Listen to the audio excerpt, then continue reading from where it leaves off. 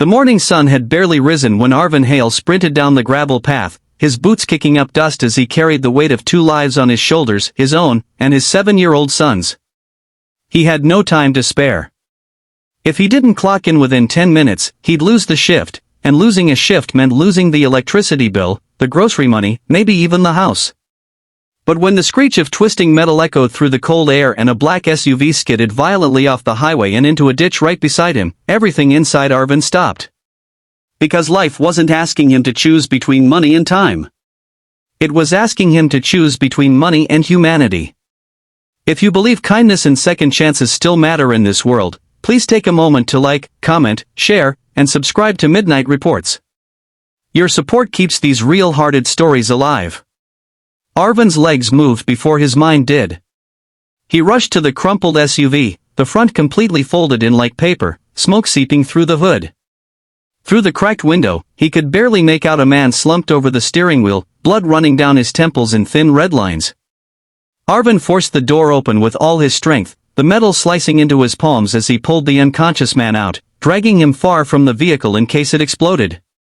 The man's expensive suit was torn, and his breathing was ragged, but he was alive.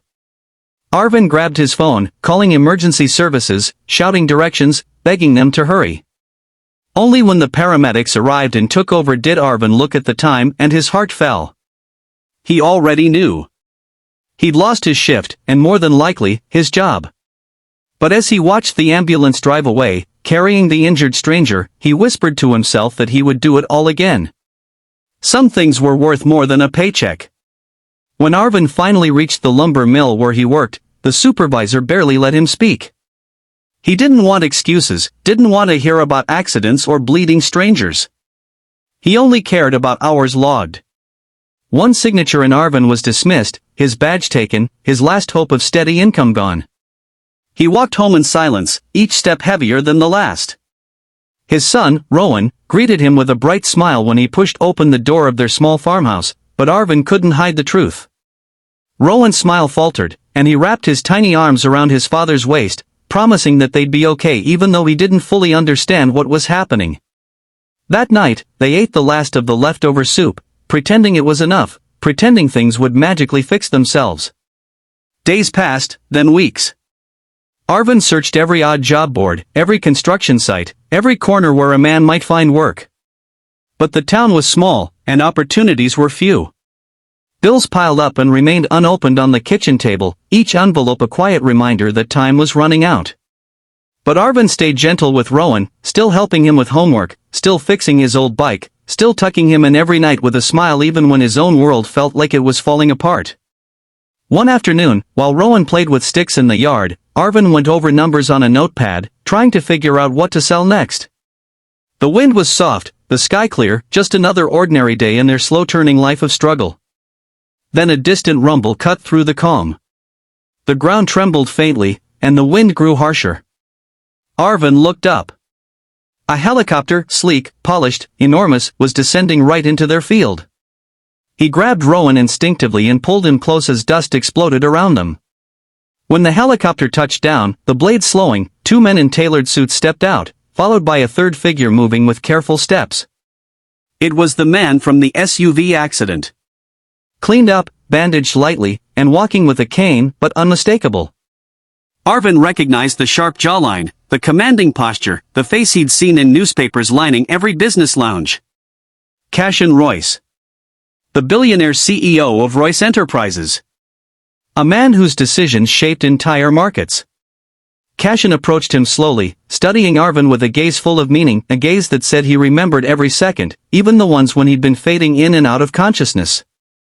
He extended a hand and introduced himself, but Arvin shook his head with a nervous laugh, insisting he didn't need thanks. He only did what anyone should do. Cashin disagreed. He explained that according to the paramedics, Arvin's quick actions saved his life. If Arvin hadn't pulled him out when he did, the leaking fuel could have ended everything. Then Cashin's expression turned troubled. He asked Arvin why he looked thinner than before, why his clothes were worn, why his home looked like it carried the burden of forgotten years. Arvin hesitated, then quietly admitted that he'd lost his job the day of the accident. He didn't complain, didn't blame anyone, didn't dramatize. Just told the truth plainly.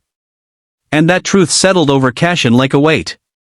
Without another word, Cashin called out to his assistant, who brought forward a briefcase. But instead of shoving money at Arvin, Cashin did something far more meaningful. He offered Arvin a job, no, a career, one with steady pay, full benefits, and training opportunities. More than that, he offered a new start. Cashin said he believed that a man who would sacrifice his own stability to save a stranger was someone he wanted in his company. Someone with integrity. Someone he could trust. Arvin felt his knees weaken. The relief hit him so hard his eyes burned. Rowan tugged at his father's sleeve, asking if everything was going to be okay now. Arvin didn't even realize he was crying until Cashin placed a firm hand on his shoulder, promising that everything was about to change for the better. The next days felt like a dream.